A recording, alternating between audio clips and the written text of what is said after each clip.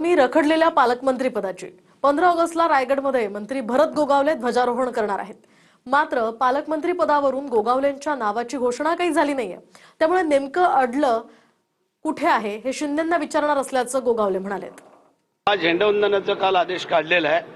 पालकमंत्र्यांचं काल रात्री काय चर्चा झाली मला पण शिंदे साहेबांना विचारायला नाही मिळालं। जे काय आमचं दोघांमध्ये थोडंसं मला का तुला तुला का मला असं होतं तो विषय संपला विधान परिषदेच्या निवडणुकीच्या काळामध्ये आणि त्याच्यामुळे आम्हालाच द्यायचं हे फायनल झालं ठरलंय। कुठं अडले काय झालंय हे आता मी कार्यक्रम झाल्यानंतर भरत शेठ गोगावले यांना आता ध्वजारोहणाचा जो अधिकार आहे तो देण्यात आलेला आहे, तर नाशिकमधून गिरीश महाजन यांना देखील तो अधिकार मिळालेला आहे।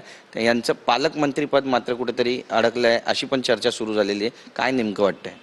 श्रद्धा सबुरी पहिलं पाऊल तर पडलेलं आहे। झेंडावंदनाचा मान त्या ठिकाणी मिळाला आहे, त्याच्यामुळे प्रक्रियेची सुरुवात झाली असं आपण समजूया। म्हणजे निदान आता गाडी भरत शेठची आमच्या ट्रॅकवर आले, पालकमंत्री पदापर्यंत पोहोचेल।